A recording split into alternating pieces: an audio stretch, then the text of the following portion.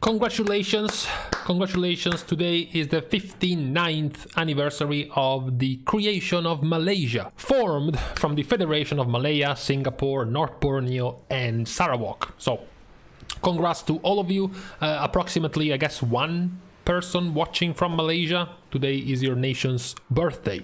Today also is the day where we're going to look at a few more things coming in Dragonflight and supposedly coming in the pre-patch of Dragonflight, which at this point, according to leaks and predictions, it should be somewhere like 10 days, 10 to 15 days away, really, before we get the pre-patch of Dragonflight.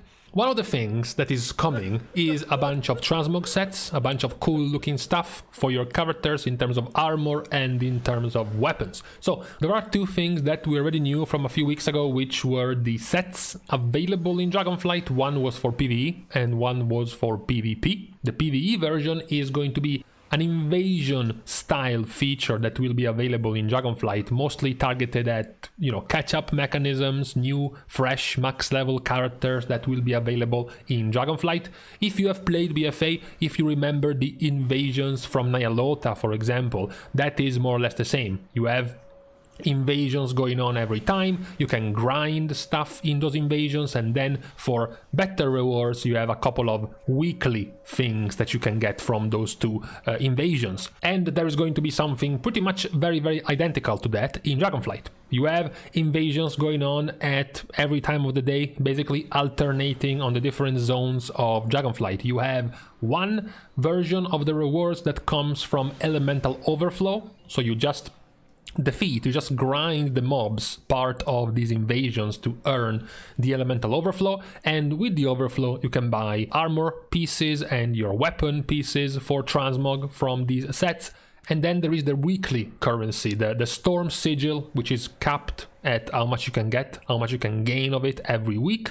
The main difference between the shitty currency and the rarer currency, the capped currency, is that one set of gear is at 382 item level, while the other set of gear, the rare set of gear for the rarer currency, is at 395 item level. This is relevant. It's relevant because this 395 currently is just 3 item levels below the currently known item level for the normal version of the first raid of Dragonflight, Vault of the Incarnates. So it would be quite significant to get some of these pieces. These pieces wouldn't just be for Transmog, wouldn't just be for flavor, they would actually be useful in the first few weeks of the expansion as actual good pieces for your character. These two sets, depending on the item level, still look the same. You have the blue tint, you have the cloth blue tint, and then you have the leather blue tint, you have the mail blue tint, and lastly you have the playset for this armor type. You also have weapons, of course. I am a particular fan of the staff, the blue tinted staff for this type of armor style, and the polearm as well. Looks pretty cool with this style.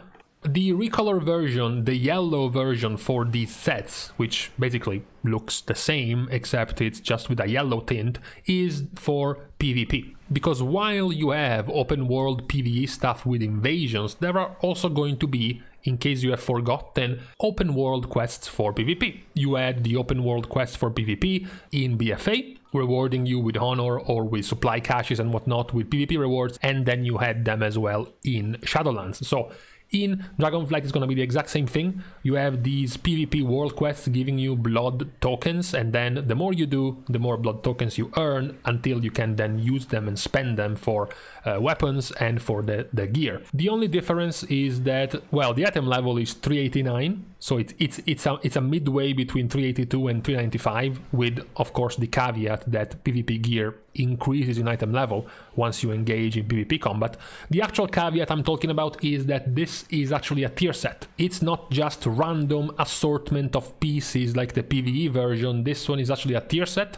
You have the 2-piece set bonus giving you versatility. You have the 4-piece set bonus giving you an absorb shield whenever you are stunned on a 2-minute cooldown, and then the 6-piece set bonus giving you versatility and movement speed when you kill enemy players, stacking up to 10 times. So the news around these two tier sets, the blue one and the yellow one, is that we have a data mining for the green set. Now, if the yellow one comes from PvP and the blue one comes from PvE, where does the green one come from? Well, the interesting part about this green set is that while the item levels for the two previous sets are at Dragonflight level, 382, 389, 395, that's, Dragonflight stuff, this green version 1 has an item level of 250 and requires level 58. So this looks like essentially the end of expansion catch-up gear to get you set for the next expansion type of reward, which looks like it's pretty fitting for the release of the pre-patch of Dragonflight, right? To get your characters to some, at the very least, decent item levels to get going in the first quests of the next expansion.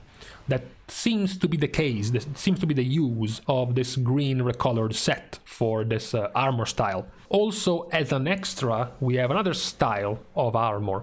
This one, on the other hand, we don't quite know where exactly is coming from, and to be honest, you might like the more Spartan and minimalistic style, but I don't think it's as cool as the Primalist armor set we just saw. It's the Draktyr set. You have the Sand-shaped, the Obsidian, the Emerald, the Crimson, and the Azure set, so of course, once again, a whole bunch of different colors, but this one we don't quite know exactly where it comes from. Now, talking about changes affecting both Shadowlands and Dragonflight, the first one is your soul shapes. So the question is, Blizzard has gone through several months, several years at this point, expanding on the soul shape effect of your Nightfey. At the very least, now this won't be lost completely in Dragonflight, because what happens is that you will be able to go to your soul shape selector in Ardenweald, Lady Moon, the crow, I think she is, and then take this toy.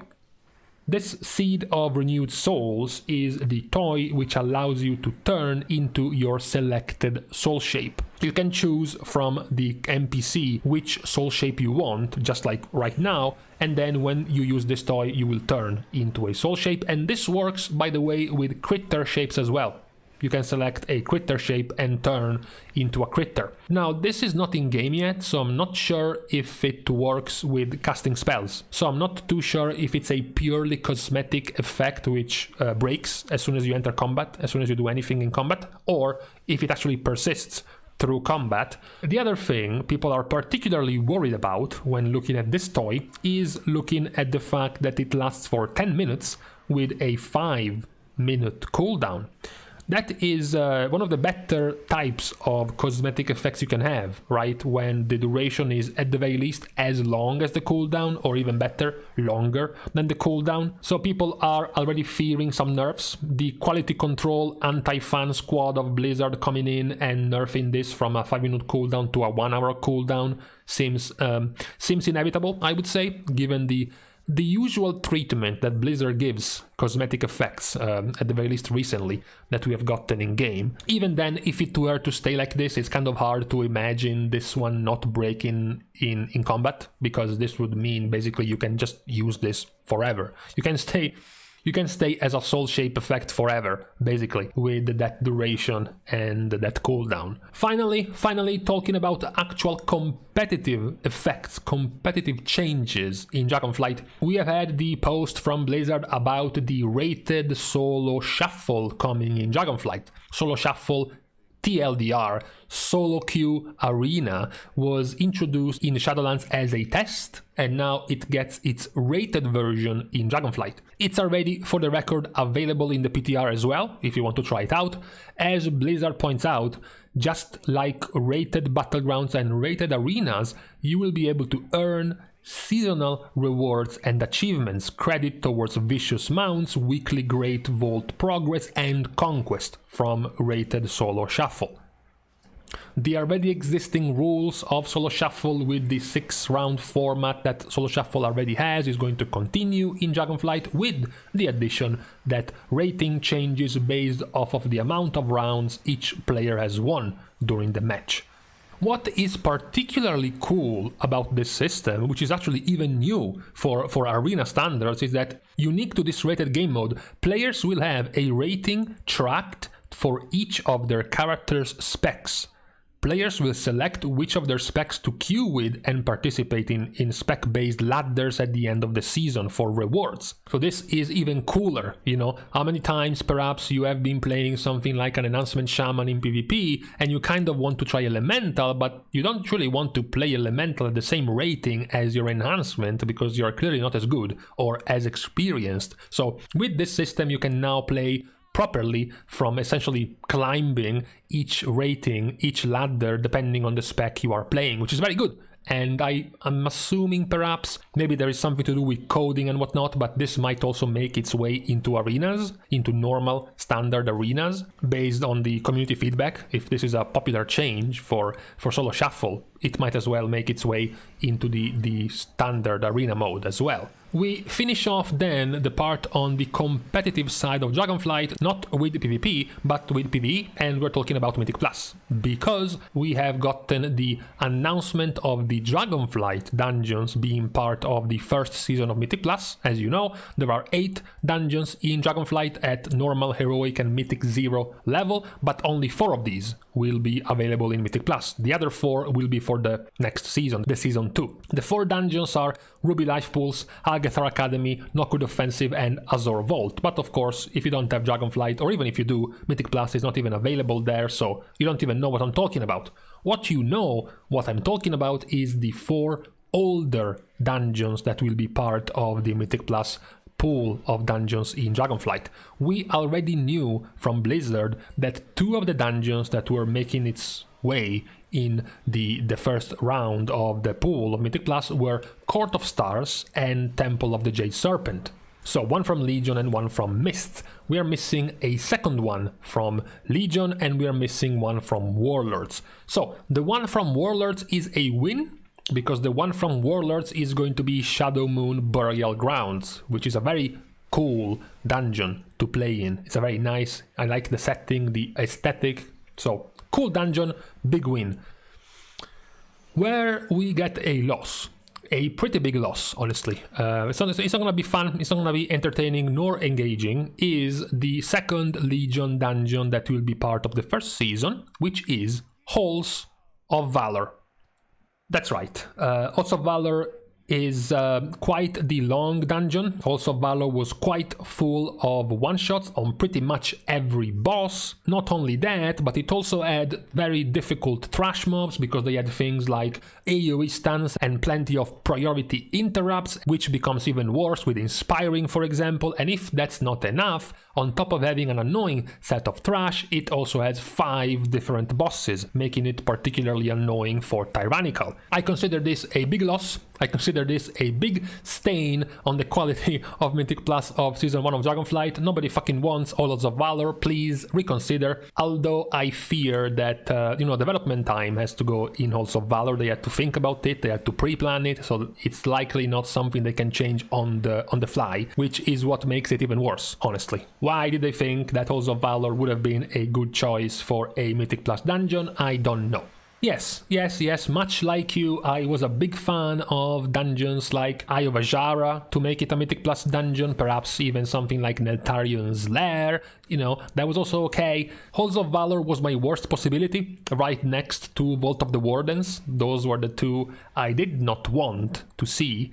In any case, in Dragonflight, and unfortunately we are getting one of them, seems like, in Dragonflight. So with this last bad news, we are closing today's set of changes for Dragonflight coming in. I am particularly excited about Solo Shuffle. I think it's going to be a very nice addition to get more players into PvP. Not having the pressure, the anxiety, or the push to get in a group, to meet other people, have human social interactions with others, and instead just randomly queue up for some arenas in the form of Solo Shuffle. I think it's going to make it much more feasible. It's going to make way more players more willing to try PvP, now that there is a solo queue version, which also rewards you with, you know, the goodies, the achievements, the mounts, the titles, the conquest and whatnot. So I think that's gonna be a win overall for PvP. Let me guys know still what you think about this. If you had not, for example, thought about getting into PvP for years, but now that you saw rated solo shuffle in Dragonflight, you might consider it, for example. And then, although I'm not sure it's gonna have very different opinions about it, you can let me guys know about what are your feelings on Halls of Valor being an upcoming Mythic Plus dungeon in Dragonflight. With this said and done, thanks of course as usual to all of my patrons for supporting me and helping me to continue to produce WoW content as we delve deeper into the beta. As always, as the God Emperor of the No Beta Nation, you can of course support me and this channel by liking and commenting down below, as well as subscribing to the channel. That is also going to make its way on helping me and supporting me on my endeavor for WoW content. And lastly, for some more social interactions, you can follow me on Twitter as well as subscribing to my Patreon right down at these two links. Thank you guys, of course, for watching. See you guys soon, and in the meantime, no, fuck! Why Halls of Valor? Out of all the things, I would have even taken more souls, the most boring and soulless of the Legion dungeons, over this fucking abomination. God damn.